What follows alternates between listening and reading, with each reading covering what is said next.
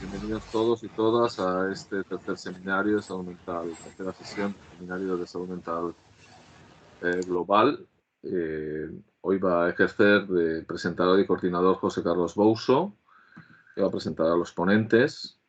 Os recordamos que este es un seminario iniciado en el mismo año, en el mes de enero. Realizamos una sesión mensual aproximadamente. La próxima sesión está pensada, pero ya recibiréis información al respecto, para el día 26 de abril. El ponente o la ponente está por confirmar. Y muy agradecidos de vuestra presencia aquí. Y espero que sea enriquecedor para todos y todas y podamos aprender mucho de los ponentes de hoy, como estoy seguro que será así. José Carlos, cuando quieras. Bueno, pues gracias Ángel, gracias Miguel y Ricardo por aceptar la invitación a participar en este seminario. Para nosotros, para ICERS, es un placer teneros de nuevo aquí con nosotros, ¿no? Como ha dicho Ángel, esta es una serie de seminarios que estamos haciendo en colaboración entre ICERS y el MARC, que es el Centro de Investigación en Antropología Médica. Y bueno, las sesiones anteriores han sido más académicas y nos parecía que podía ser interesante esta vez traer pues, la experiencia de comunidades con las que nosotros también, bueno, pues tenemos relación, somos amigos y hemos colaborado, ¿no? Entonces, pues lo primero que nos vino a la cabeza fue Umillac, por lo tanto es un placer para nosotros estar aquí con vosotros, ¿no? Vais de Umillac. Umillac es la Unión de Médicos Tejezeros de la Amazonía colombiana, para quien no se haya leído el programa de hoy. Ahora nos explicarán en qué consiste y están con nosotros Miguel Evan Juanoy, que es ingeniero ambiental, líder y activista de derechos humanos, derechos indígenas y derechos de la madre tierra. Pertenece al pueblo Inga, territorio étnico de Chunguillo, Putumayo, Colombia. Y Ricardo Vitale, que es doctor en antropología por la Universidad de Cambridge y miembro permanente también del Comité Técnico y de Incidencia Política de la UMILLAC en Colombia. Pues nada, sin más, os doy la palabra. Avisamos que lo vamos a grabar. Si alguien está en contra, que lo diga a tiempo, y si no, seguimos adelante. Haremos 30-35 minutos y luego pues pasaremos al debate. Gracias y hasta ahora.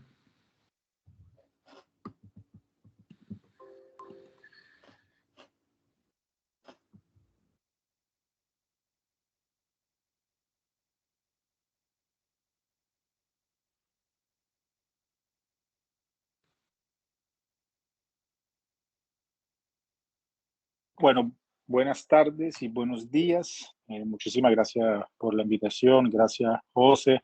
Un placer, Ángel, y a todos los demás presentes, las demás presentes. Gracias también a Miguel, mi compañero de trabajo. Y pues bueno, ya José me presentaste y pienso que voy a entrar al grano de la discusión, decimos, de la charla. También, como me dijiste, para quizás después dejar un tiempo para preguntas y profundizar. Pues yo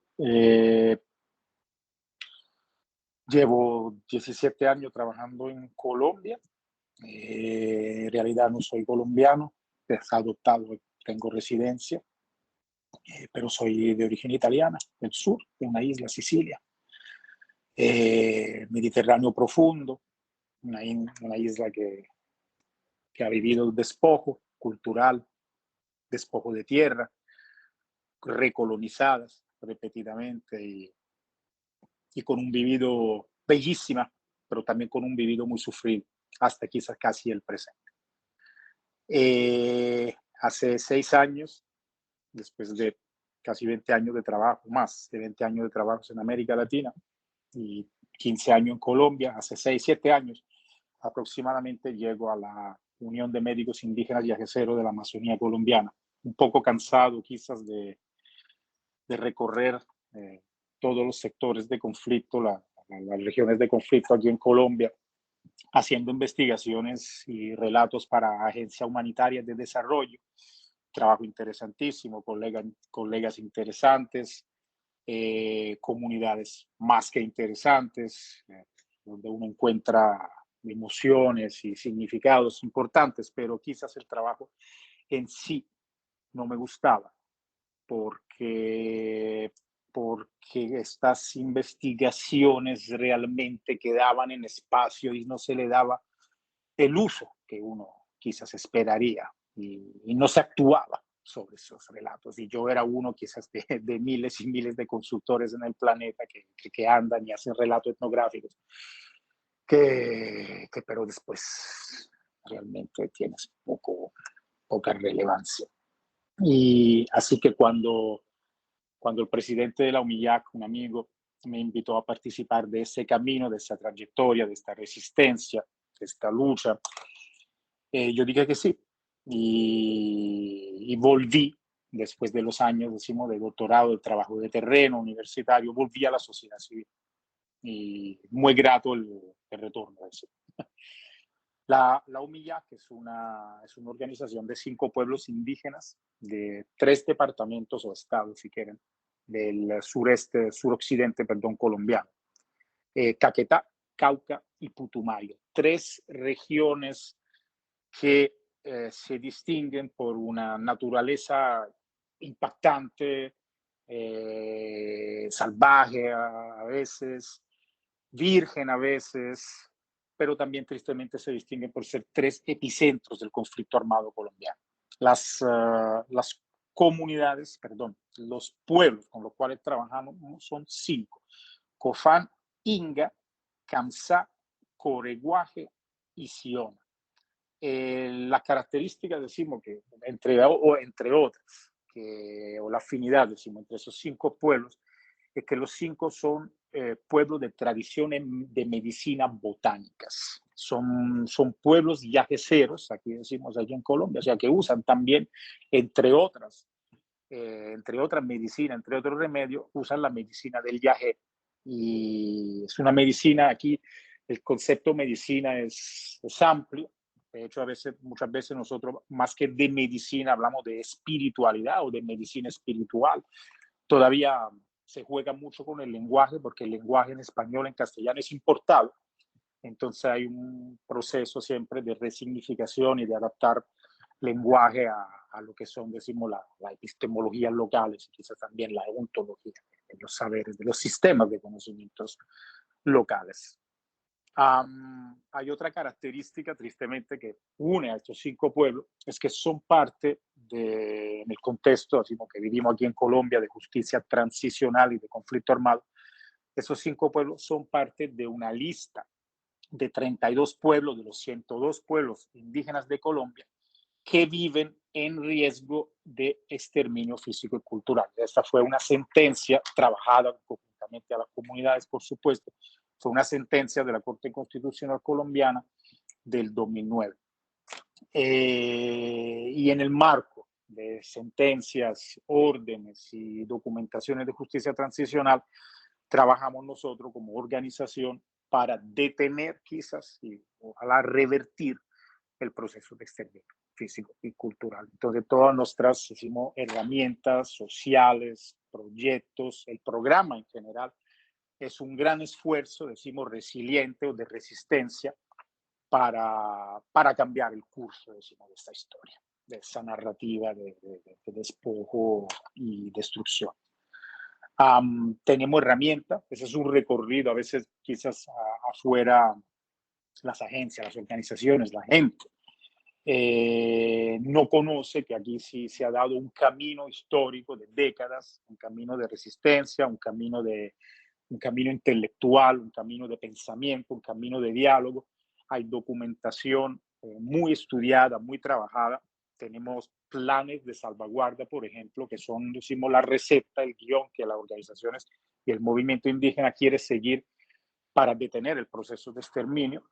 Tenemos los planes de vida, que son un guión más amplio todavía, donde cada pueblo indígena del país en décadas ha venido elaborando, escribiendo, pensando, dialogando cuáles son las necesidades del presente, entendiendo el pasado y proyectándonos quizás, mirando hacia el pasado y viviendo el presente, proyectándonos hacia el futuro. Esos son los planes de vida de las comunidades indígenas, de los pueblos indígenas de Colombia.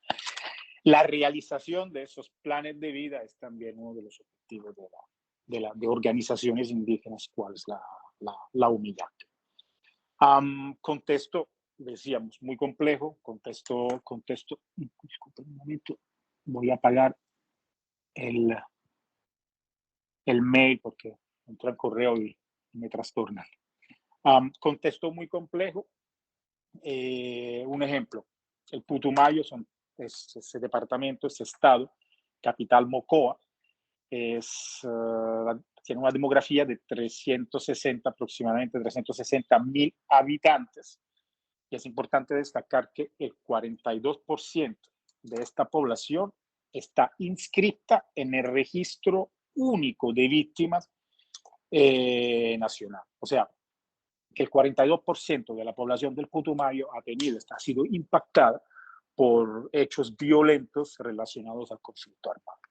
Ese es solamente un departamento. En general, en Colombia, la unidad de víctimas cuenta, y las agencias, el gobierno también arroja esos mismos datos, aproximadamente 10 millones de víctimas del conflicto armado, y hemos llegado a cifras de 9 millones de desplazados internos en años anteriores.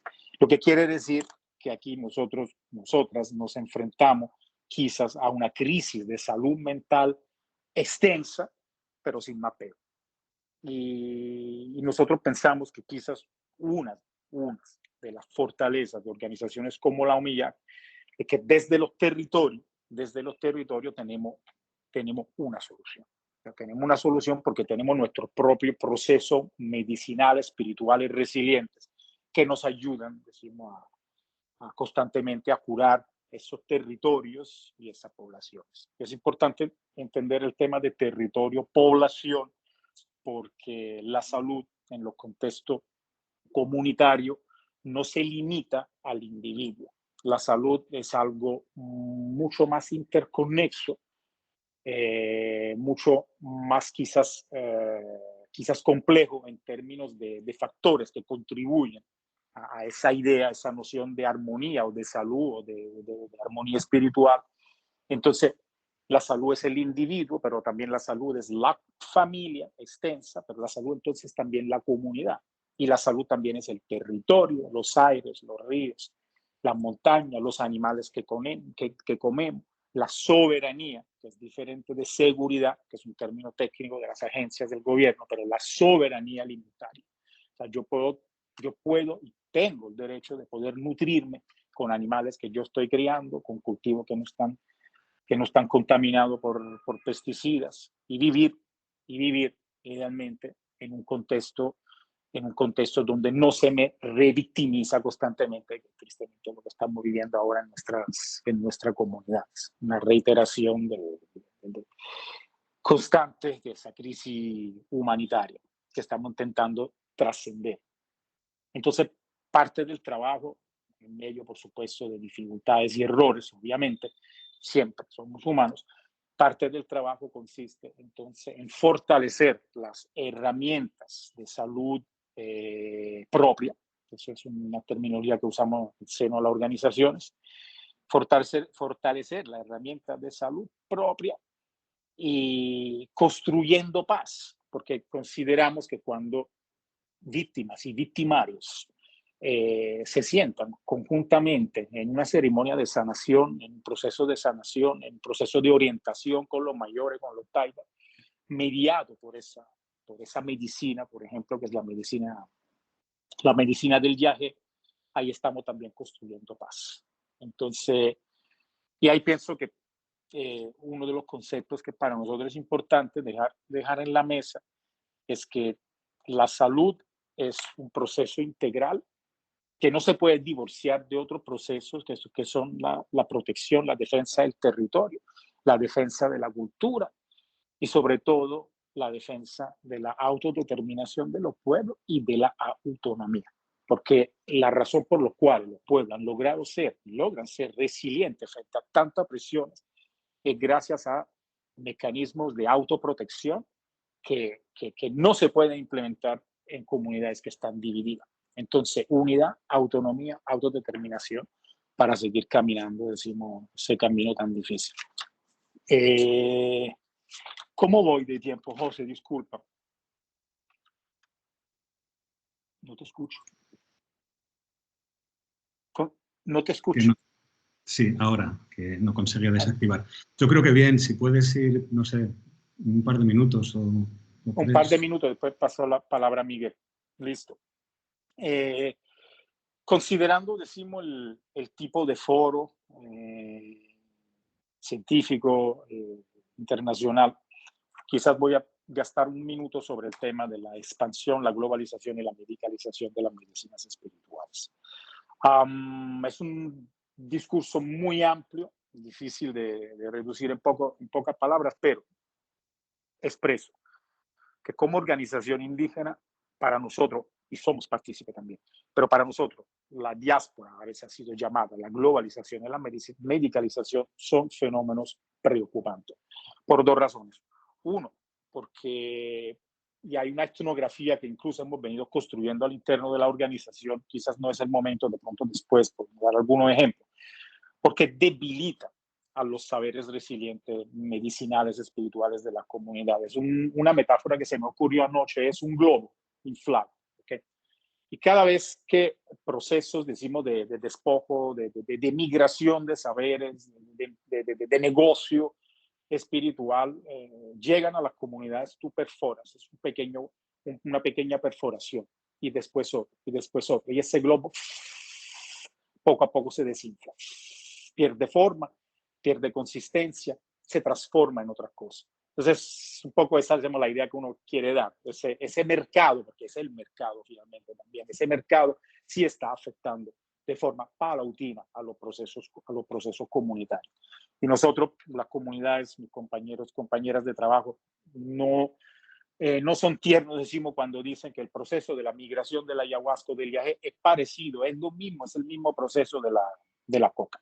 Entonces, pero es diferente porque la coca, el narcotráfico, sí, bueno, esencialmente es un proceso de extracción de recursos y de mercado que termina en parte enriqueciendo quizás algunos sectores, pero también debilitando a nosotros como comunidades. Y número dos, quizás un poco más controverso, es el mensaje que difícilmente logra, decimos, romper esas barreras, y no sé cuáles son las barreras, quizás lo hablaremos más tarde, pero esas barreras, el mensaje de los médicos de las comunidades, de los médicos tradicionales que dicen la medicina afuera de las comunidades puede funcionar, pero en circunstancias muy específicas, cuando sabemos dónde se produció, dónde se cultivó, quién la cultivó y quién oficia las ceremonias afuera.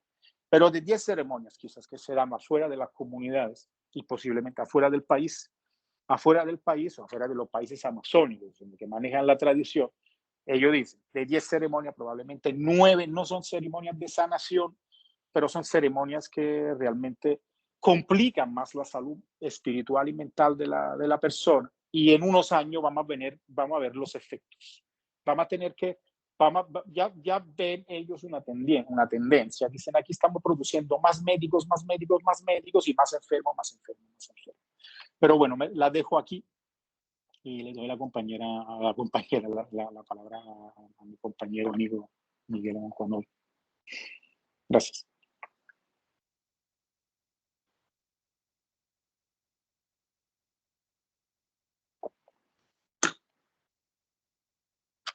Sí, gracias, Ricardo. Miguel, cuando quieras. No, muchas gracias. Hola, ¿cómo están? Soy Carlos, Constanza. Hace rato que no nos hemos visto. Y por ahí miraba un conocido también, Osha, que nos había visitado acá al municipio de Mocoa, en medio de las protestas que hubo el año pasado. No, pues agradecerles en primer lugar por el espacio que nos brindan para compartir la palabra y para aprender. Y antes que todo, pues agradecer también a la Pachamama por la vida que nos brinda y por el alimento que nos brinda. Y también en este momento preocupante que los pueblos indígenas estamos viviendo, solidarizándome con un compañero indígena que fue asesinado, un indígena, una autoridad tradicional en el departamento del Cauca, por los grupos armados, que no sabemos quienes son los que siempre nos están haciendo daño a los pueblos indígenas, a los defensores de derechos, de los defensores de la vida, a los defensores de derechos de la madre tierra. Y preocupante por todo lo que está pasando a nivel del mundo, la guerra que se vive, el conflicto que se vive en otras partes del mundo es muy preocupante. Todos queremos vivir en paz y en armonía, pero por el ego, por la superioridad de algunos, de algunos gobiernos, nos tiene a todo el planeta enfermo mentalmente. Entonces, pues, nuevamente agradecerles por este espacio que nos han brindado a la organización, a la Humillá y a los pueblos indígenas que a diario luchamos y resistimos por la pervivencia cultural de los pueblos. Es muy preocupante hablar de la espiritualidad, de la medicina de los pueblos indígenas, como es el yagé o ayahuasca, en este contexto muy delicado que se vive en nuestro país. Y creo que es en todas partes del mundo. Los pueblos indígenas, como muy bien lo decía Ricardo, vivimos en constantes amenazas, en constante amenazas, invasiones, extracciones. No hemos podido prácticamente hasta el momento vivir en paz y en armonía con la madre tierra y con los demás seres de la naturaleza. Estamos en ese riesgo de vivir un exterminio físico-cultural. Los 5 pueblos de la Unión de Médicos Indígenas y Yaceros de la Amazonía colombiana, estamos, la Corte Constitucional ha señalado en riesgo de exterminio físico-cultural y por diferentes situaciones. Conocemos, y eso es lo que nos preocupa, y ahora, por ejemplo, hablamos de la medicina de los pueblos indígenas, también nos preocupa. Cuando hablamos de globalización, de medicalización, pues es preocupante. Los abuelos lo ven con mucha preocupación, las abuelas, los territorios, las autoridades. Estamos muy preocupados por todo lo que está pasando, por la comercialización, la mercantilización, por el negocio que se han montado en los diferentes espacios y en los diferentes países. La investigación continúa, sigue. Como que no sé. Yo siempre digo, creo que queremos ser superiores que los demás. Yo siempre digo que tiene que existir ese respeto, valorar. Tiene que existir ese valor frente a los pueblos indígenas, valorar a los pueblos indígenas porque somos de raíces. Nosotros somos los que verdaderamente hemos llevado la esencia y la herencia de la espiritualidad, como es el yagé. Entonces, sabemos para qué sirve.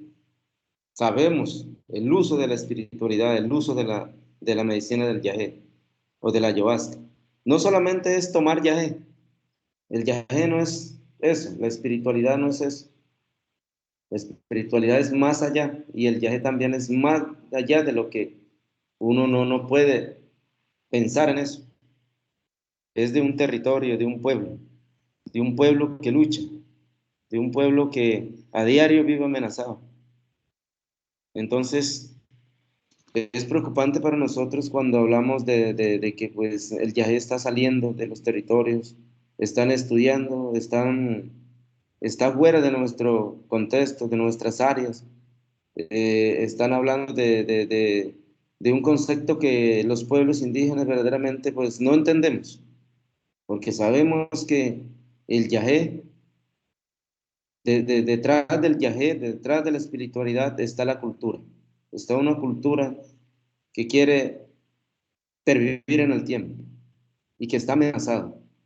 Entonces, para nosotros, pues hablar del yagé, eso es muy delicado, hablar de la espiritualidad, porque para nosotros, más que una medicina que sana, que cura, el cuerpo, pues es también una medicina que guía a los pueblos indígenas frente a todos los conflictos que se viven en los diferentes pueblos amazónicos. Es la guía espiritual que nos ha mantenido también ser fuertes, seguir resistiendo a toda esa oscuridad, a todo el sistema que nos quiere apagar a los pueblos indígenas. Creo que en el mundo entero somos nosotros los únicos, yo sé decir eso, somos los únicos pueblos que estamos en la vanguardia, en la defensa de las selvas amazónicas, porque no hay más pueblos, porque los demás lo que quieren es invadir, saquear, extraer todos los recursos sagrados que hay en los territorios de los pueblos indígenas. Decía un compañero seguidor de la espiritualidad, seguidor de la medicina del Yagé, decía, ahora hablan de que el Amazonas es el pulmón del mundo. Y decía él, el Amazonas no es el pulmón del mundo. El Amazonas es el pulmón del indio, porque el indio es el que ha luchado y ha vivido en esos territorios. Y han sido los que han estado conservando, cuidando, protegiendo las fuentes hídricas, los bosques, todos los recursos naturales que hay en los territorios. Entonces, decía, es el momento de que nos unamos entre todos los pueblos, no solamente los pueblos indígenas, sino el deber es de todos los pueblos para poder pervivir en el tiempo. Porque si los pueblos indígenas nos exterminan a los pueblos indígenas, también toda la humanidad será exterminada. Entonces, tenemos ese deber de buscar esa unidad y de seguir cultivando las tierras ancestrales de los pueblos amazónicos. Y en especial la espiritualidad, la medicina del Yagé, porque para los pueblos indígenas la medicina es sagrada, no es negociable, sabemos el uso que le hemos dado, entonces tenemos que seguir cuidando, tenemos que seguir salvaguardando, protegiendo los recursos que hay en los territorios. Por eso para nosotros, pues cuando se habla de medicalización, de globalización, de mercantilización, cuando se habla de comercio, eso nos genera ya un conflicto en los territorios. Eso es como debilitar los procesos que llevamos en los territorios. Porque en los territorios tenemos diferentes procesos, que es el territorio. Cuando se habla de un territorio, se habla de procesos que llevamos dentro del territorio. El deber que tenemos como indígenas, como pueblo, de seguir cultivando la riqueza ancestral que nuestros abuelos nos han dejado. Entonces, yo les decía, verdaderamente es preocupante cuando aparecen las diferentes enfermedades. En los años pasados vimos de que todo el mundo estaba estresado, preocupado por lo que sucedió a nivel del mundo con el tema del COVID. El COVID apareció y con el COVID también aparecieron más médicos. Y con más médicos aparecieron más enfermos, pero nadie ha dado la solución. Seguimos preocupados por todo lo que está pasando a nivel del mundo. ¿Por qué está pasando todo lo que está sucediendo a nivel del mundo? Es porque verdaderamente estamos desarmonizados. La mente humana está enferma. Estamos enfermos. ¿Por qué? Porque no hemos respetado verdaderamente los principios de la Madre Tierra. Los principios que tenemos que respetar. Por eso hay más enfermedades. Y con las enfermedades, pues, más médicos. Y nadie da solución. Entonces, mira que en los territorios también se ve lo que está pasando fuera, en el contexto, a nivel nacional, internacional, lo que pasa, también vemos en nuestros territorios con preocupación. Hablan de enfermedades y yo siempre he venido diciendo, aparecen enfermedades de los jóvenes de ahora como nos han querido colonizar, vivir en el mundo, en el mismo sistema. Ya ahora los jóvenes no quieren ir a las chagras, al bosque, a buscar las medicinas, las plantas medicinales, las hierbas. Si no quieren ir más es a las farmacias. Entonces, yo le decía, ¿dónde queda ese conocimiento? Esa sabiduría de nuestros territorios. Veo que cada vez con estas intenciones de medicalizar, de globalizar, estamos empobreciendo a los territorios, a la madre tierra, ese conocimiento que hay en los territorios. Y queremos llevar a las farmacias, queremos todo prácticamente buscar la facilidad. Y vivimos en una era también del consumismo. Y yo siempre digo que no tenemos que olvidarnos de dónde venimos y quiénes somos. Tenemos que pensar de que tenemos que cultivar esa raíz, esa ancestralidad y esos conocimientos de los territorios. Porque cuando se pierde el conocimiento, se empobrecen los territorios, se empobrece la madre tierra. Y ese es prácticamente cuando se empobrecen los territorios y la Amazonía, es donde nos acercamos al fin de la era, al fin del mundo. Porque ese es el exterminio que nosotros mismos estamos construyendo. Porque no sabemos escuchar, no sabemos entender qué es lo que está pasando a nivel nacional e internacional, a nivel del mundo, frente a los pueblos indígenas. Y por eso, pues, verdad que la medicina cura, el yagé cura, pero hay que tener mucho cuidado, es de mucha responsabilidad, porque es una planta muy milenaria, muy sagrada. El yagé puede curar o también puede enfermar, dependiendo quiénes son los que llevan la medicina, quiénes son los que cargan, dependiendo quién es el que ofrece las ceremonias, porque es delicado. Eso lo dicen los abuelos, las abuelas. El yagé no puede cargar cualquier persona que no esté preparada, porque sabemos de que el yagé tiene sus principios y por eso los abuelos y las abuelas tienen ese respeto. Y nosotros, que somos líderes de los territorios, llevamos ese mensaje de respeto frente a las plantas medicinales de los pueblos indígenas. Porque si no hay respeto, entonces, pues créame que la invasión continúa y el exterminio se acerca más y más hacia los pueblos indígenas.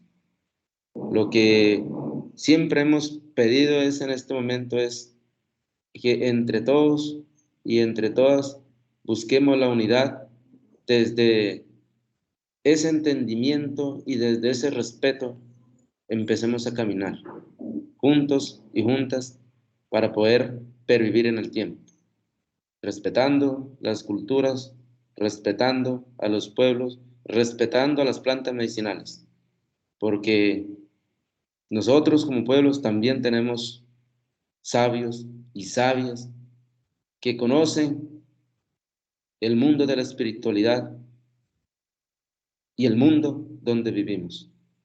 Y muchas gracias. Muchas gracias, Miguel. Pues nada, abrimos el turno de preguntas. Si alguien quiere comentar algo, levanta la mano virtual y le daremos la palabra.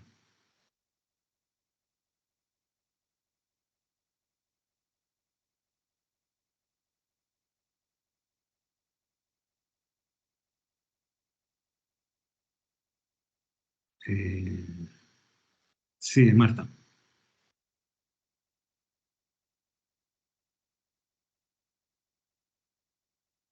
Sí, Marta, si quieres el teléfono y puedes hacer la pregunta. Sí, ¿me escuchan bien? Sí. ¿Sí? Hola, muy buenas tardes. Gracias por esa conferencia tan hermosa y sobre todo al grupo de la Universidad de Tarragona, de la Rovira y Virgili, que nos permita estar en estos seminarios, aunque estemos todos distanciados y lejos, ¿no? Pero muchas gracias por abordar este tema que creo que es muy relevante, ya por lo que decían los compañeros en cuanto al tema de la situación indígena en Colombia, que también es mi país. Y me ha llamado muchísimo la atención todo lo que han comentado, pero tengo una pregunta concreta para las personas que están en el contexto colombiano. En Colombia está hay una propuesta legal ya desde 2014 del Sistema Indígena de Salud Propio Intercultural, ¿no? Que es lo que llamamos el SISPI, ¿no? Y se han hecho una cantidad de procesos, como bien comentaba el compañero Miguel, en los territorios, ¿no? En los territorios se han hecho muchos esfuerzos de que desde la perspectiva de salud, digamos, se incorporen las medicinas tradicionales, por lo menos en el cuidado de determinados pueblos indígenas, ¿no?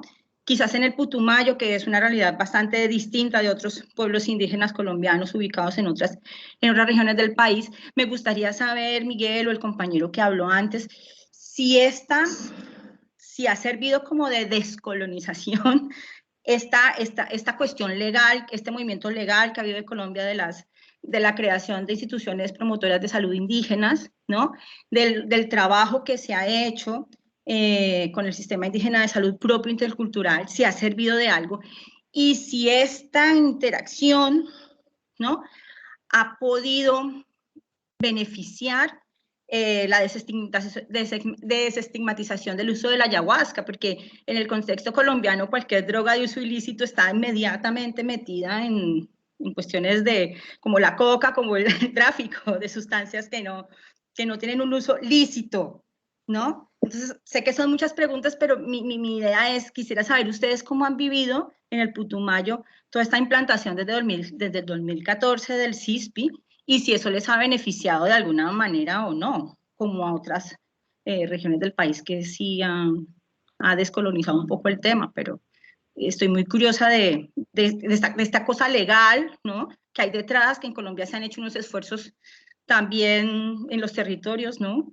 que han tratado de romper con esa estigmatización. Entonces, no sé si nos podías comentar algo sobre eso.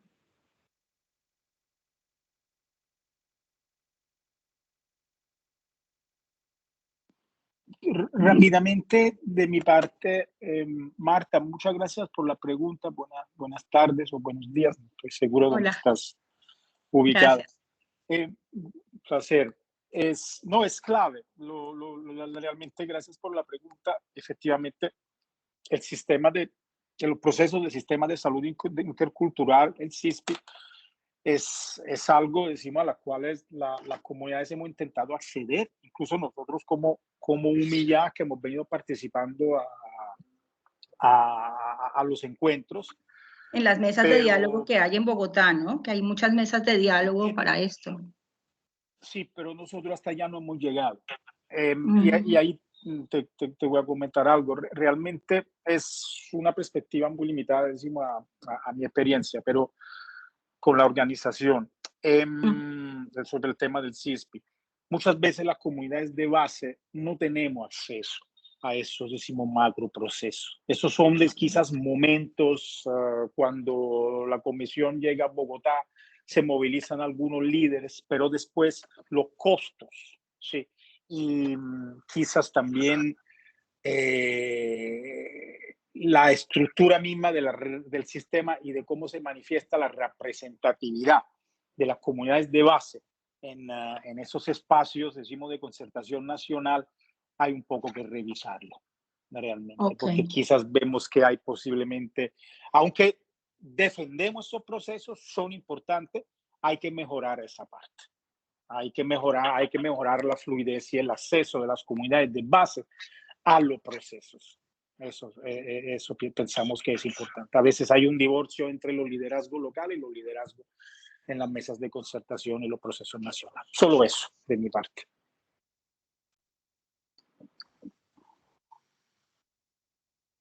No sé, Miguel, si más o menos cómo la ves. No, pues totalmente de acuerdo, Ricardo. Y nosotros hemos tenido experiencia y es un poco complejo hablar de los derechos de los pueblos indígenas en Colombia, porque cuando nosotros queremos acceder a esos derechos, nos ponen limitantes. ¿Y quiénes son los legisladores? Son los del mismo gobierno. Entonces, eso es muy, muy preocupante. Y lo que decía aquí mi amigo Ricardo, también hay preocupaciones con nuestros gobernantes y líderes, con las representaciones que tenemos, que algunas organizaciones de los pueblos indígenas que representan, pues se han vuelto como muy políticos. Y entonces de las bases, los que verdaderamente sufrimos, los que luchamos, pues no quedamos con ese vacío, ¿sí? No hay participación de de las bases. Entonces eso es preocupante para los pueblos indígenas acá. Y además hablamos digamos, lo que ha pasado en Colombia también con los derechos de los pueblos indígenas, pues cada vez salen unas leyes, unos decretos, y que son figuras que siempre quieren manipular a los pueblos indígenas. Entonces, pues el tema de los derechos de los pueblos indígenas en Colombia es muy, muy preocupante para nosotros acceder. El derecho a la educación, a la salud, es prácticamente, pues, es muy difícil. Lo hemos intentado. Esa es una lucha de los pueblos indígenas, porque nosotros hemos estado en nuestro territorio, sentados, hablando cómo vamos a construir nuestro proceso, pero hay limitantes que ponen peros y desgastes, ¿sí? Para los pueblos. Y ahí, pues, cada vez que pasan los años, entonces salen unas leyes, decretos en contra de los pueblos indígenas, ¿sí? Eso. Gracias. Sí, Martín. Rápidamente, para terminar, hay organizaciones que tienen un alcance mucho mayor, como el CRIT, que han logrado caminar ese camino e incidir en esa dirección. Pero claro, el país es grande y no todos decimos estamos en ese tren. Y realmente sabemos que nosotros todavía no hemos garantizado el derecho a la vida. Entonces también hay que ir por pasos. Eso. Gracias, gracias. Sí, Martín. Hola, buenas tardes. Bueno, quería agradecerte, José Carlos, y a Miguel y a Ricardo también por estas conversas, por estos espacios y por esa manera de vivir lo que viven también. Se me iban abriendo muchas preguntas, pero voy a tratar de sintetizar dos cositas, son bastante concretas. Una, quizás primero para Miguel, que en un momento empezaste a hablar, Miguel, de espacios de reunión o diálogo entre las diferentes comunidades o pueblos que existen indígenas en la región del Putumayo. Yo me preguntaba qué instancias hay de reunión y diálogo, realmente si hay esto de pensarse en resistencias conjuntas, cómo se construyen esos espacios de resistencia conjunta entre los diferentes pueblos indígenas de la región del Putumayo y más allá del Putumayo también, qué conexiones hay, aunque recién Ricardo decía que a veces, bueno, que cuesta a veces por cuestiones de fondos, de recursos, etcétera, conectar con otras regiones o con otros pueblos para generar una resistencia un poco más amplia y más colectiva, ¿no? Entonces, por un lado, eso, qué instancias que hay y cómo se construyen esas instancias. Y por otro lado, hablaste mucho de medicalización. Y me interesa entender cómo se piensa la medicalización ahí. ¿Qué significa medicalización? Algo dijiste algo cuando empezaste a hablar de que los jóvenes ya, o que yo entendí, ¿no? Que los jóvenes están yendo a la farmacia a buscar, ¿no? Como que hay como una colonización de los modos de salud. Y al mismo tiempo entiendo que hay como una especie de desprestigio entre los jóvenes de aquellas medicinas más tradicionales. Me gustaría que me cuentes un poquito más de ese proceso, ¿no? Es decir, como qué está pasando con esos jóvenes en el sentido de que ya no recogen o no atienden a esa medicina que al mismo tiempo pues, son dimensiones absolutamente diferentes, ¿no? O sea, pensar la salud a través del IAG y pensar la salud a través de la farmacia biomédica son, pues, son como dos mundos diferentes, incluso ni siquiera los puedo ver de manera paralelas, ¿no? De maneras paralelas. Y a Ricardo le quería preguntar si podía explicar un poquito más qué es eso de los planes de vida. Habló de estas comunidades en peligro de extinción cultural y físico, y que están organizando lo que llamaron, o yo entendí como planes de vida a nivel comunitarios, y me generó curiosidad, ¿cómo son? ¿Qué es eso de planificar la vida en relación a una amenaza real que están viviendo, ¿no? Tanto cultural como físicamente?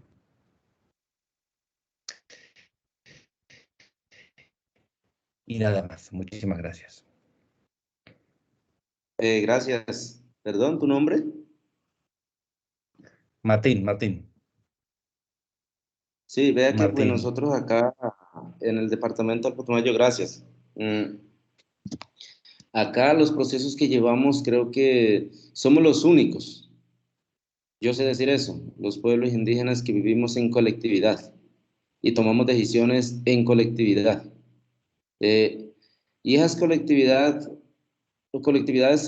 pues nosotros acá prácticamente, verdaderamente hay un desconocimiento de parte del Estado, del gobierno, pero pues acá verdaderamente, por eso decimos la lucha y la resistencia continua de los pueblos indígenas. Y estas luchas y resistencias, pues prácticamente lo hacemos porque nos nace y la voluntad que tenemos, ¿sí? De seguir defendiendo los territorios, lo hacemos a través de unos espacios que se llaman mingas. Mingas de pensamiento, mingas espirituales, que nos organizamos en los diferentes espacios territoriales para hablar frente a todos los procesos que nos aquejan, ¿sí? Para los pueblos indígenas, las preocupaciones que hay, tomar decisiones en las mingas, en las reuniones, son asambleas prácticamente, las mingas. Mingas, hay diferentes formas de realizar las mingas en los territorios, fuera de los territorios, para hablar sobre la situación que nos preocupa a los pueblos indígenas acá en el departamento del Putumayo. No solamente en el departamento del Putumayo, eso lo hacemos prácticamente, lo hacen otros pueblos también a nivel de Colombia, a nivel nacional. Cuando no hay garantía de derechos de los pueblos indígenas, cuando hay situaciones graves que pasan en los territorios, tenemos que reunirnos, tenemos que hacer el llamado, un comunicado o una demanda, una denuncia frente a las diferentes instancias, ¿sí? Entonces, eso es como tal, digamos, nosotros como pueblos indígenas, pues tenemos que buscar siempre la unidad. Y en esos espacios lo que queremos también es reivindicar nuestros derechos, ¿sí? En esos espacios de mingas, de asambleas que tenemos como pueblos originarios. Y por otro lado, cuando hablamos de medicalización, pues el entendimiento créame que a los abuelos ir a hablar de medicalización no van a entender, ¿sí? La palabra medicalización ya es como que algo preocupante para ellos, ¿sí? Ellos lo pueden estudiar desde sus conocimientos, desde la espiritualidad, desde la sabiduría que tienen. Pero medicalizar para nosotros nomás, que un poco entendemos, es empobrecer a la cultura. Porque ya medicalizar, medicalizar ya hablamos de medicina, de médicos. ¿Quién es el que va a atender a los pacientes cuando hablamos de medicalizar el yagé? ¿Quién es el médico?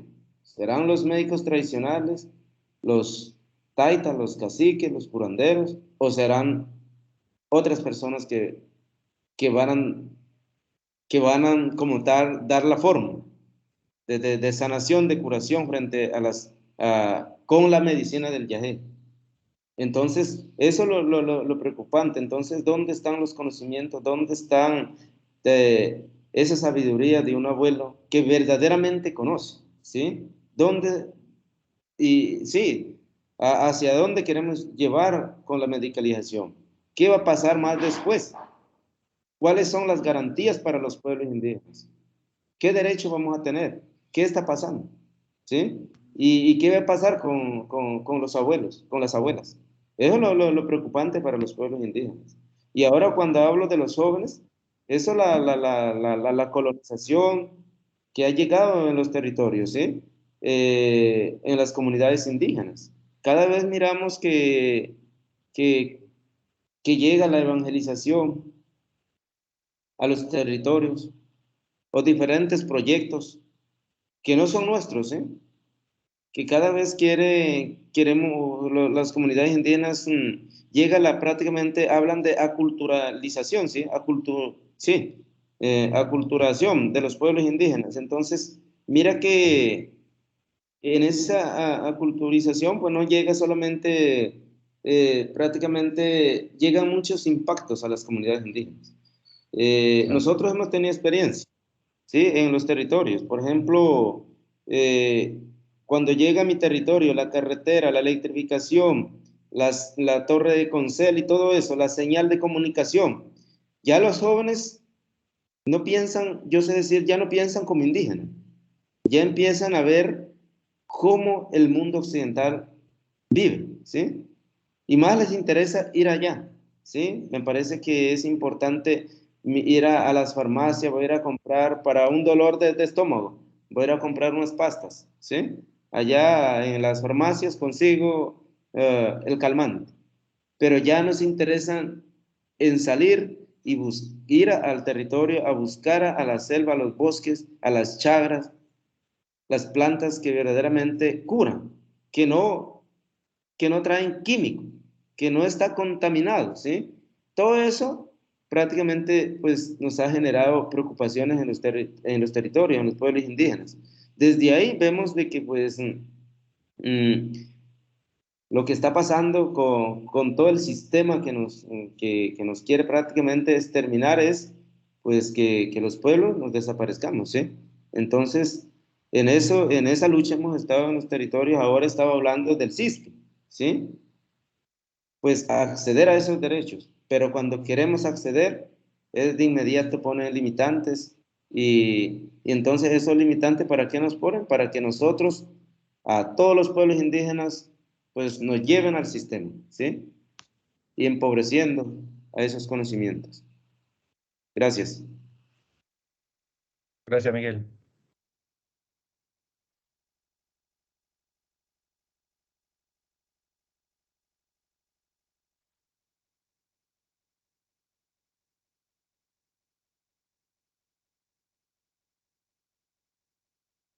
Ricardo, no se te escucha.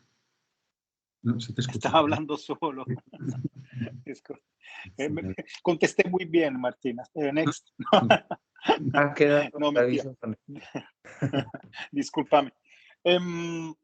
No, es muy interesante la pregunta porque realmente ese es un pilar del camino, del caminar la palabra de los pueblos y las realizaciones de los planes de vida.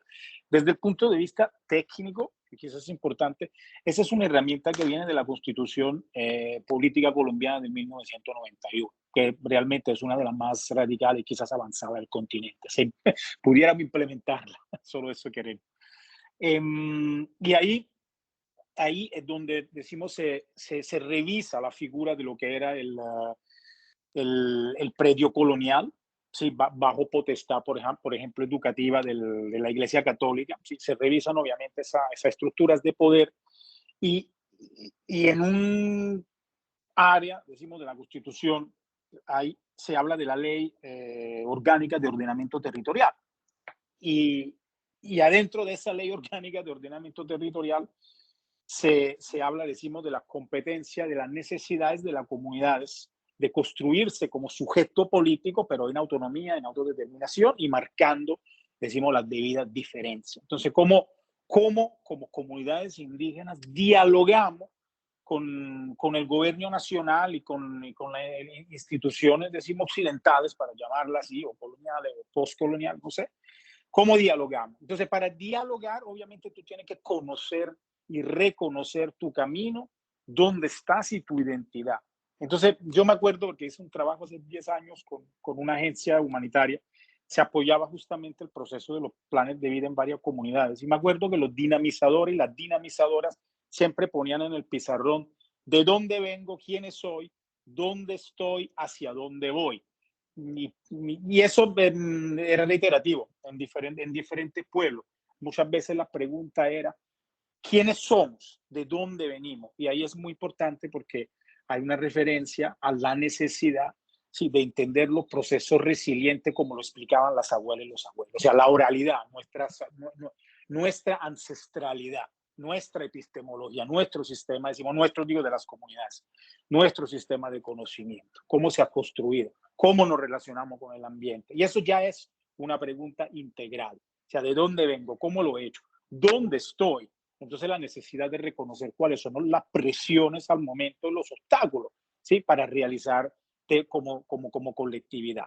La minería, el hidrocarburo, cómo lidiamos con el hidrocarburo, beneficios y desastres y peligros y riesgos, y lo mismo con la economía prevalente en los departamentos donde trabajamos, en nuestro campesinado, la economía de la coca. Esta relación tan contradictoria, tan difícil con la economía de la coca. Y donde estoy es el territorio, porque no hay comunidad indígena. Pues eso es un debate de personas que argumentan diferente, pero en general no hay comunidad, no hay colectividad, no es la pluma, no es la flecha, el símbolo, es la colectividad, una colectividad funcionante en seno a un territorio que te acoge y te nutre. Esa es para mí, decimos, una definición de comunidad indígena. Es esa conexión con el territorio. ¿Y hacia dónde vamos? Entonces hay un plan. ¿Cómo dialogamos con el Estado? ¿Cómo dialogamos con el mercado, con las organizaciones internacionales? ¿Sí? Y eso, para tú poder dialogar y presentarte, tienes que conocer. Y es realmente admirable, desde mi punto de vista, cómo las comunidades indígenas, hicimos estas experiencias colectivas entre las últimas en el planeta, porque hay pocas realmente, ejemplos de democracia directa y de consenso y diálogo. No es fácil implementarlo en sociedades urbanas, decimos, por supuesto, es más complicado, pero es para mí muy admirable cómo esas comunidades a lo largo del territorio colombiano, que es vastísimo, sí, han adoptado la herramienta, sí, y han venido construyendo la herramienta. Entonces, cuando incluso últimamente, porque hay un proceso de violento para erradicar los saberes indígenas, para despojar y para apropiarse del territorio, la política, decimos, la politiquería tradicional, el racismo estructural, desconoce los procesos de las comunidades y nos estigmatiza, decimos, o nos esencializan, y ahí también nos silencian, o nos esencializan. El indígena bueno sabe todo el territorio y es chamánico y es espiritual y es ancestral y lo ponemos en un pedestal. O nos silencian físicamente a través de la corrupción y de la muerte.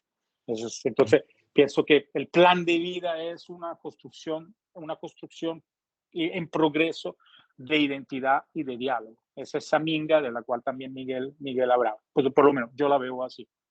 Gracias, Martín. Sí, la estaba relacionando con la minga y encuentro ahí uno de los, o sea que es súper interesante entender los saberes más allá de los saberes prácticos que puedan tener que ver con el conocimiento de una determinada planta o sustancia y los efectos o las diferentes formas de curarse, sino todo ese saber que tiene que ver con haber naturalizado o con naturalizar una manera de pensar la vida y pensar los planes de vida a través de las mingas, a través de lo colectivo, que es algo que aquí, por ejemplo, en Europa se está empezando a intentar recuperar como un elemento para hacer frente desde esta, ¿no? Hay algunos libros que hablan de microesferas de resurrección y lo que están tratando de plantear esas microesferas va por recuperar el lugar de una minga o producir quizás, porque aquí no sé hace cuánto eso no existe, pero producir en todo caso la idea de una minga, de un espacio en donde poder pensar entre todas y todos de manera natural, que esa sea la manera natural de pensar las cosas. Yo entiendo que cuando me hablan de minga no es algo que implica un esfuerzo, vamos a pensar esto, no, sino que es la forma natural de hacer las cosas, no lo ven de otra manera. Entonces, en ese sentido creo que es una riqueza inmensa de lo cual podemos seguir aprendiendo desde muchos lugares, ¿no? Sí, Nicolás, he levantado la mano. Sí, hola, estoy prendiendo la cámara, a ver si... Ahora sí. Hola, bueno, buenas tardes. Estoy en Chile y quería contar, bueno, preguntarles más bien algunas cosas, pero antes de eso me llamó mucho la atención cuando hablaron de la Constitución colombiana, de lo innovadora que ha sido. Claro, acá también hay un proceso de escribir una nueva constitución y los pueblos indígenas han participado bastante en esta nueva constitución. Ahora, claro, desde el texto constitucional a la práctica social efectiva hay una distancia enorme y ustedes lo han explicado recién, pero es justamente eso, ¿no? Como incluso dentro de los constituyentes o las constituyentes que están redactando esta nueva constitución, hay una machi, una mujer indígena, autoridad ancestral del pueblo mapuche, la machi Francisca Linconao, y ella, claro, ha señalado que ella desearía que la medicina indígena estuviera reconocida, digamos, en la constitución chilena, y hay todo un debate todavía. Esa comisión que se llama de sistemas de conocimiento todavía no entrega el informe, entonces no sé si al final va a haber algo de eso o no, pero a lo que me refiero es que también existe también todo un aparato burocrático estatal eh, que está dedicado a la salud indígena. En el caso de Chile hay un programa del Ministerio de Salud que tiene una larga vida, que tiene que ver con esto, con la salud de los pueblos indígenas. Entiendo que en Colombia también está este CISPI que mencionaban, pero mi inquietud, y quizás me gustaría que si pudieran hablar un poquito de eso, es cómo se hace esa intermediación entre estos agentes del Estado que trabajan, digamos, estos temas, y las personas que ejercen la medicina indígena en la comunidad, a nivel local, territorial, porque claro, lo que uno observa es que justamente siempre hay agentes que hacen esa intermediación, ¿no? En el caso chileno hay algunos que son los profesionales indígenas. Profesionales indígenas hacen de nexo, broker, como quieran llamarlos, eh, entre estos procesos locales y las instituciones del Estado. Entonces, ahí hay una serie de procesos que pueden ser tanto positivos como negativos. Entonces, me gustaría saber qué experiencia tienen ustedes en ese sentido. Y la pregunta que les quería hacer era también sobre el aspecto generacional, porque claro, cuando uno habla de medicina indígena y uno trabaja, o yo por lo menos en algún momento, también trabajé acompañando a una asociación de médicos aymaras en el norte de Chile, en una zona rural. Veía que la generación de los médicos o médicas que ejercen esta medicina es generación ya de personas mayores, abuelos, y que hay una distancia y hay agentes de socialización, por ejemplo, los profesores de las escuelas que se han dedicado históricamente a negar todo el conocimiento indígena. Entonces, cuando ahí vienen otras instituciones, por ejemplo, ¿no? Los profesores, las escuelas, a lo mejor, no sé si ustedes tienen alguna experiencia distinta en el sentido de acompañarse o trabajar juntos con el ámbito educativo, si eso les ha generado algún aporte. Sí, eso básicamente, bueno, gracias por su presentación.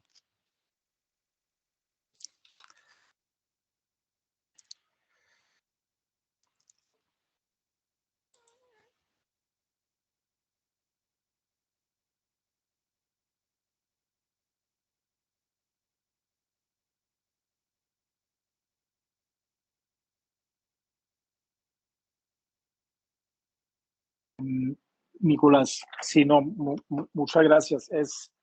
Fue interesante. Sí, decimos, atento al proceso chileno, porque también decimos, nos identificamos un poco y también tenemos, digamos, muchos deseos de que la resolución del resultado sea parecido en nuestra próxima elecciones. Pues, estamos en un momento aquí muy delicado. Ahora hay un reconteo de los votos, tuvimos las elecciones para las cámaras, Senado y Cámara. Decimos, nos fue bien a la sociedad civil, digo yo, pero ahora partido de la extrema derecha ha pedido un reconteo de los votos. Entonces ya es un momento complicado porque todos los testigos, los jueces y los voluntarios, las voluntarias que acompañaban el proceso monitoreando no están. Ahora el Estado con los votos y ellos mismos van a organizar un reconteo. Estamos muy preocupados con eso. Así que, y ahora en mayo tenemos las presidenciales. Y es verdad, pienso que aquí el reto en Colombia no es armar una constituyente, yo no soy el experto en el tema, pero es implementar las herramientas, decimos, constitucionales que tenemos. El proceso del sistema de salud propia intercultural es muy importante, porque se trata realmente de complementar lo que es la visión de la medicina occidental con esta revitalización de saberes locales, resilientes y que realmente sí atienden a la salud de la población indígena y la población rural. Aquí hay una riqueza enorme de personas, sobanderos, parteras, parteros, médicos botánicos, secretistas. Es toda una tradición centenaria, incluso milenaria, de prácticas de medicina. Y no queremos que eso se pierda. ¿Dónde veo yo el choque? El sistema de salud aquí en Colombia ha sido prácticamente privatizado con la Ley 100 en los años 90. Entonces, de una concepción, decimos, colectivista y pública, y complementar a través de un sistema que es privatizado es muy complejo. Hay organizaciones indígenas que han logrado hacerlo, organizaciones como el CRIC, que llevan 35 años de recorrido, de camino, están logrando, decimos, dialogar y se han privatizado ellos mismos sus propias estructuras, instituciones de salud para poder, decimos, complementar y empujar, decimos, su propia herramienta. Pero es un camino muy difícil, realmente, por cómo la salud, por la concepción de salud que ese sistema neoliberal económico tiene. Exacto. Entonces yo ahí veo el principal obstáculo.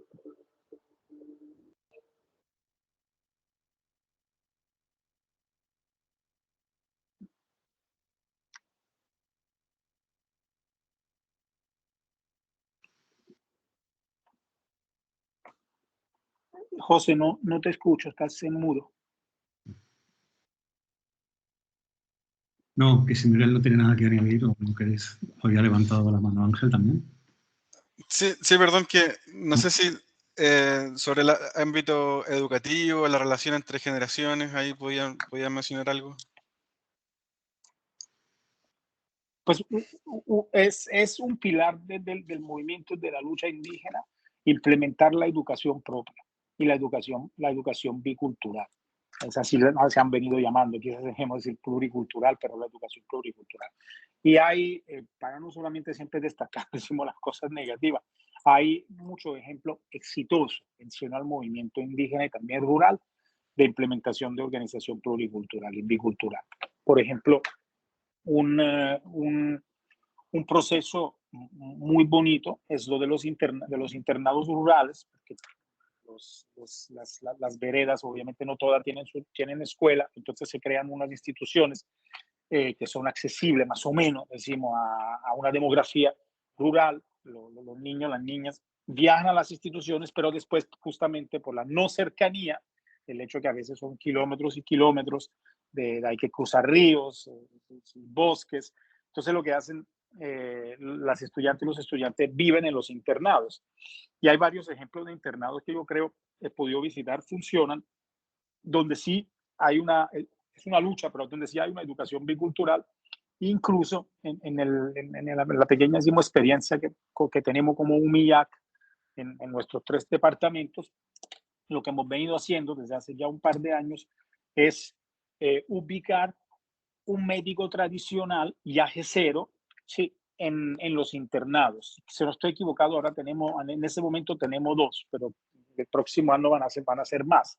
Y estas son, decimos, ese es el guía espiritual. Trabaja, por supuesto, con las mujeres sabedoras locales, porque siempre hay una complementariedad de lo femenino y lo masculino en los saberes espirituales y medicinales botánicos.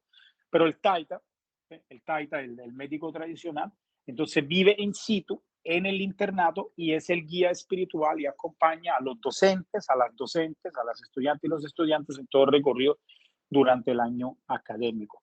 Y estos procesos que son rurales, sí se están dando y pienso que sí están aportando a la espiritualidad, a la salud, decimos, integral, complementaria, y son un ejemplo también de revitalización de saberes botánicos medicinales propios. Eso yo te podría aportar en el tema de la educación.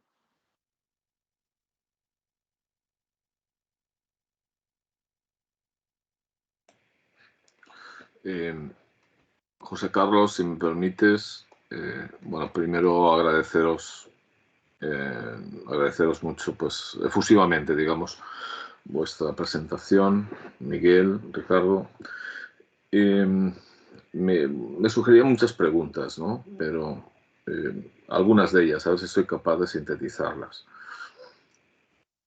La primera de ellas es ¿qué papel veis a las relaciones de reciprocidad de característica de los grupos amerindios en lo que estáis planteando en este escenario? En el sentido de que, claro, cuando entra el modelo neoliberal, entra el mercado, entra un tipo de relaciones que no son las tradicionales, no se basan en la misma simetría. No sé, Miguel, si, por ejemplo, en tu lengua existe alguna palabra parecida a reciprocidad, en el caso de los Kulina o Madijá de Amazonas, Brasil, ellos hablan de manacó, ¿no? Y entonces el manacó, la reciprocidad, se aplica para entender las relaciones entre las personas, las obligaciones no escritas, ayudar en la tala y roza, por ejemplo, en la distribución de la pesca, cuando uno ha pescado y el otro no ha pescado, pero también las relaciones entre los diferentes seres que habitan el mundo, que habitan el cosmos, los animales, los espacios, la naturaleza.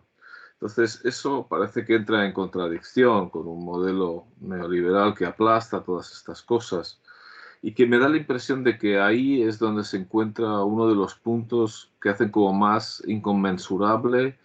Un poco he tenido la sensación por vuestro relato de como si hablabais de extracción o de apropiación. Bueno, apropiación no habéis utilizado la palabra, pero hablabais sí que de extracción, de mercantilización. Entonces yo me preguntaba, entonces, ¿qué posibilidades hay más allá de la mercantilización? Quizás escapando a la lógica del régimen neoliberal a partir de lo que sería una reciprocidad ampliada con individuos, con sujetos de otros contextos culturales, me pregunto, ¿no? Y luego también porque, al menos por mi experiencia, cuando cae la reciprocidad, cuando esas relaciones se trastocan, y eso entre los Kulina o Madijá de Amazonas se observa, es cuando empiezan a haber comportamientos, más consumo de alcohol, más posiciones individualistas, más rechazo también de la tradición, de esa espiritualidad de la que habláis, por ejemplo, que Miguel hablaba. Y eso supone una pérdida de la salud. Yo entiendo, tal como Miguel, si no corrígeme, la debéis entender, ¿no? Cuando esto pasa hay una armonía que se está perdiendo, que hay que reparar el mundo de alguna manera, ¿no? Hay que ponerlo en marcha de nuevo, hay que incluir.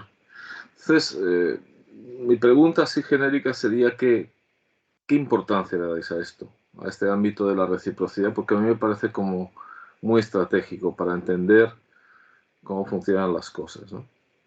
Y además me parece que a veces en el campo de la antropología, cuando experiencias de otros lugares como la Minga, ¿no?, que también Martín hacía referencia, esta instancia colectiva, a veces no se entiende porque, claro, lo que posibilita la minga es la reciprocidad, es un tipo de relaciones, una estructura previamente establecida donde esto cobra sentido. Y a veces desde la propia antropología esto no se ha, creo que no se ha entendido bien, porque últimamente hay muchas críticas a lo que es la teoría de los comunes, ¿no?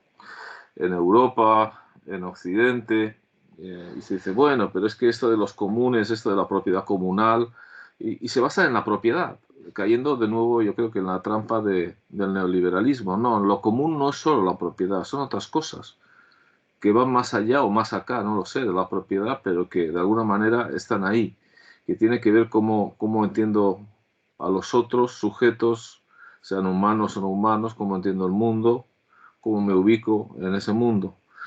Entonces, no sé, me hacía pensar todas estas cosas, ¿no? No sé si habéis observado, por ejemplo, en estos contextos que se generan, cuando se genera esa caída de la reciprocidad, empiezan a pasar cosas, si la consideráis como un elemento a tener en cuenta a la hora de hablar también de la identidad de los pueblos, de la autodeterminación, a la que hacéis mención.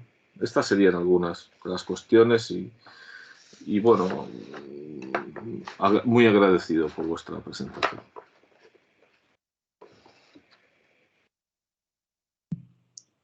Pues muchas gracias, Ángel.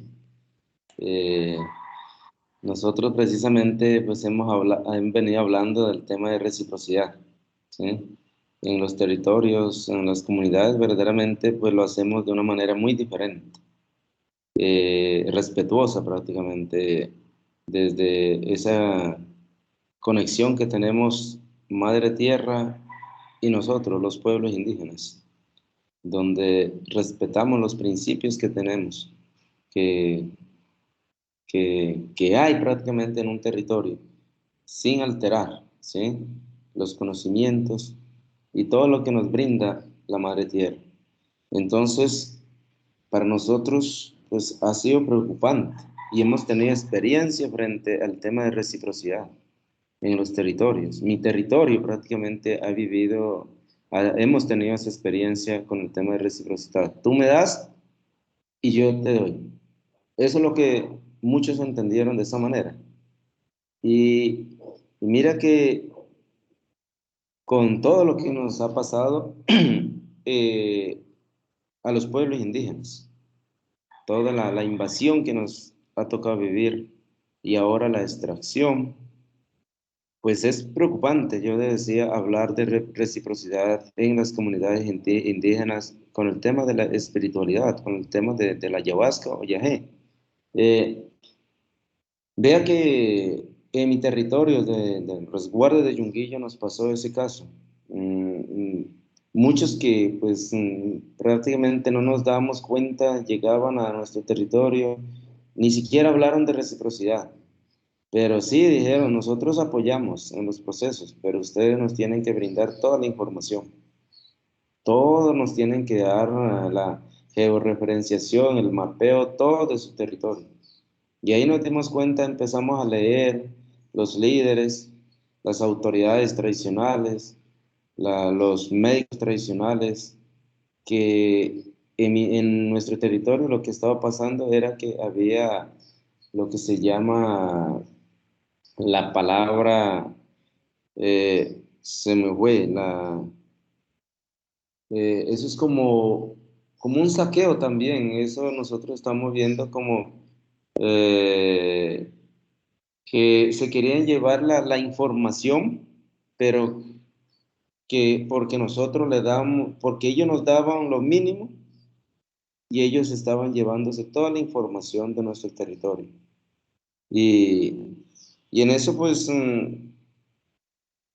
fue muy preocupante para el territorio porque pues estamos entregando toda la riqueza de nuestro territorio.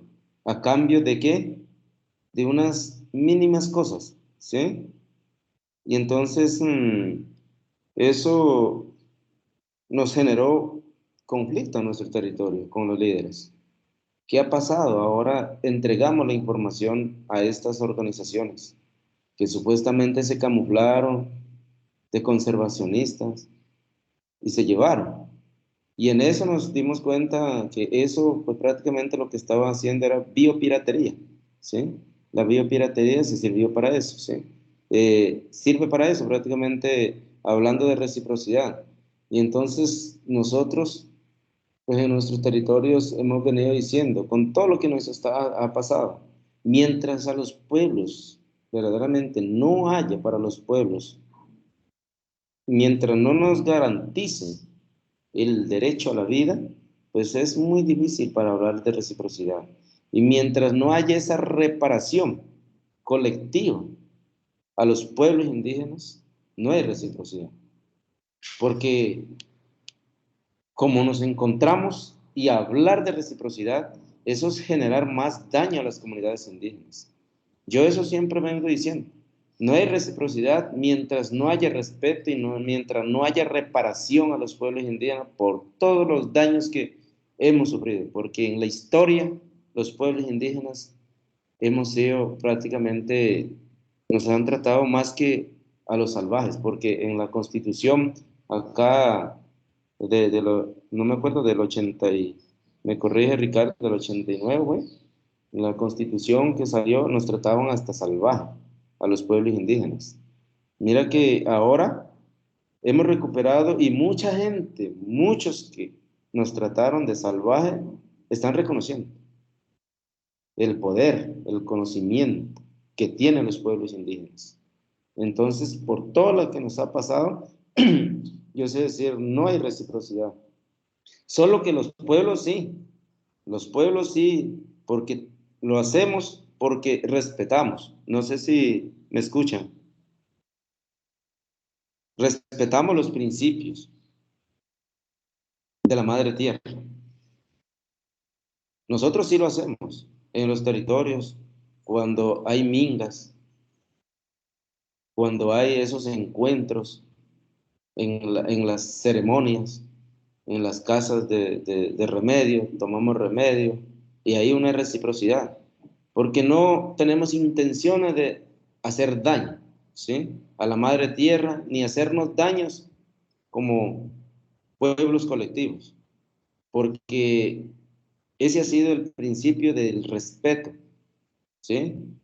A la madre tierra, a todo lo que hay en ella, porque para nosotros todo lo que se mueve y todo lo que existe en los territorios sagrados.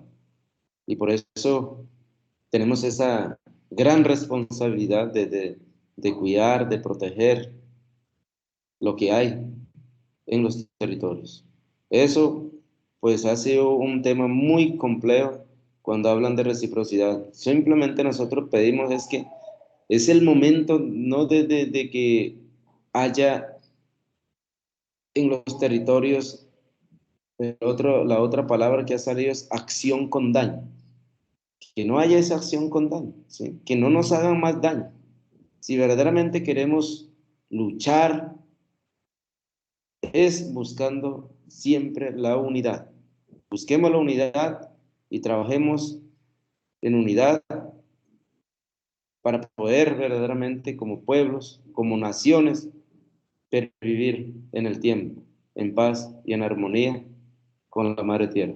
Porque la humanidad está amenazada por todo lo que nosotros estamos haciendo, por la construcción, por la mala planificación, la humanidad está amenazada para sufrir grandes catástrofes, situaciones lamentables. Entonces, pues como pueblos indígenas, entendemos un poco de reciprocidad desde la colectividad. Gracias.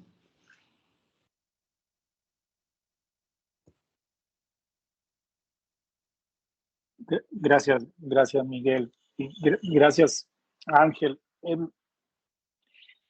Pues creo que Miguel lo digo todo, por lo menos. Hay dos, está la reciprocidad como la entienden afuera de las comunidades. Y últimamente decimos la reciprocidad que ha llegado a las comunidades, la noción, decimos el concepto, tienden a ser organizaciones europeas, estadounidenses, con propuestas de negocio la nueva medicina, personas que quieren comercializar, aprender, reinterpretar saberes, y no estoy juzgando, estoy escribiendo, por supuesto.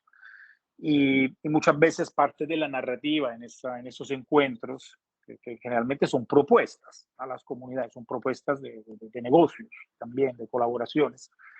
La noción bandera con la cual estas organizaciones se acercan es la reciprocidad. Que la reciprocidad es una noción indígena que nosotros queremos adoptar, vamos a comercializar. Nosotros pensamos en términos de bioquímicos, de moléculas, de compuestos, pero también nos interesa saber lo que ustedes opinan más allá de las moléculas y los compuestos, y nos enseñen algo de la espiritualidad. Vamos a incorporarlo y vamos a entregar una retribución económica a ustedes en nuestros planes. Esas muchas son, ahora en este momento nos estamos dando cuenta, hay un boom, un poquito como en el .com, en el .com, ¿no? Cuando se daban startups de todo tipo de aplicaciones, servicios digitales. Ahora hay algo quizás más de nicho, pero equivalente en el tema de la salud mental. Y vemos que en Estados Unidos están naciendo startups, o sea, empresas nuevas que encuentran financiaciones, capitales iniciales por inversionistas y se acercan. Me ha pasado más de una vez y muchas veces la palabra es esa, y pertinentemente decimos, creo que por coherencia, por el vivido cotidiano de las comunidades, de los líderes amenazados de muerte, de esa lucha tan tremenda que todavía no has garantizado el derecho a la vida, tenemos que contestar así, porque más presiones, ponerle más ingredientes a esa olla que hierve, quizás nos complica más la vida, no la simplifica. Entonces quizás preferimos decir, este tipo de reciprocidad, aplacémoslo. Hablamos más bien de justicia de transición, de trascender el conflicto armado, de mitigar los daños de la extracción de recursos en nuestras comunidades. La cocaína, por ejemplo. Un debate sano, informado, inteligente a nivel internacional sobre la cocaína, que es un mercado enorme y genera profitos enormes. Hace 10 años UNDP hizo un estudio, decían que facturaban, es hace más de 10 años, que facturaban más, decían ellos, de 3 veces lo que factura Coca-Cola cada año. Y eso hace casi más de 10 años. Y era una aproximación. Entonces decimos, pensando en eso, podemos imaginar el volumen de capitales que se reinyectan en los mercados internacionales a través de compañías, Shell Companies y varios sistemas financieros, varios servicios financieros. Pero eso es intocable, eso es intocable. Y seguimos con el argumento de la guerra a la droga, a las antípodas. El pequeño distribuidor en los barrios de las ciudades americanas, europeas, si son negros mejor, así lo encarcelamos, y el campesino, perdón, que me escapó un poco de italiano, el campesino colombiano en los territorios, ¿sí? Para mantenerlo además en conflicto, porque un territorio en conflicto es más despojable de un territorio pacificado, donde vige la ley, la autonomía de los pueblos rurales indígenas, pero también la Constitución. Entonces, aquí en Colombia hay un dicho, muchas veces los dichos colombianos son muy sabios, dice: todo el mundo pesca en ríos revueltos. Entonces, la necesidad de perpetuar el poderes políticos a través del conflicto armado y equilibrios también de negocio internacionales. Atrás de narrativas, pues a estas narrativas nosotros respondemos con otra narrativa. Hablamos de constitucionalidad, implementamos una constitución que por lo menos nos ve como sujetos, y después podemos hablar, después de restauración y justicia restaurativa, después de haber superado la transición, o sea, haber llegado a la paz, podemos hablar de reciprocidad. Pero internamente, completamente de acuerdo, Ángel, contigo. Eso para mí, lo que yo he podido observar en los últimos 20 años, ese es el motor dominante de la resiliencia de los pueblos. Es esa noción. Y creo que en cada idioma indígena, me puedo equivocar, pienso que hay un concepto parecido al de Minga. Por ejemplo, para los sicuani de la Orinoquía, es un humano. Y tú acabas de nombrarlo, pero lo escribí mal. ¿Cuál era la palabra que usaste? Disculpa. Manacó. Manacó. Manacó. Gracias. Exacto. Entonces, sí, esa noción de Manacó es presente y creo que forma parte de la epistemología, de las narrativas locales para identificarnos como sujeto colectivo. Exacto, es cierto. Y es clave. Y obviamente, hay un choque, y si lo vemos, decimos desde una distancia, estamos observando, y lo dicen las líderes y las lideresas, los líderes y las lideresas aquí en Colombia lo repiten constantemente.